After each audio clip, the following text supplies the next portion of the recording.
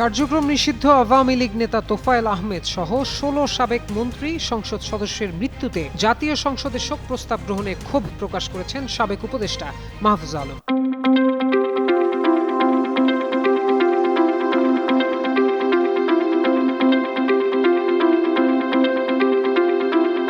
রোববার রাত ১টার দিকে সামাজিক যোগাযোগ মাধ্যম ফেসবুকে একটি পোস্টের মাধ্যমে ক্ষোভ প্রকাশ করেন তিনি। পোস্টে মাহফুজ লেখেন, এখানে ট্রুথ, জাস্টিস অ্যান্ড রিকনসিলিয়েশন হবে না। ৭১-এর যুদ্ধাপরাধের সহযোগী ও ২৪-এর মানবতা বিরোধী অপরাধী উভয়ের জন্যই শোক প্রস্তাব হবে। কোনো বিচার না, ফ্যাক্টস ফাইন্ডিং না, ক্ষমা প্রার্থনা না। এটাই হয়তো সিনথেসিস, আমরাই বুঝি নাই এতদিন।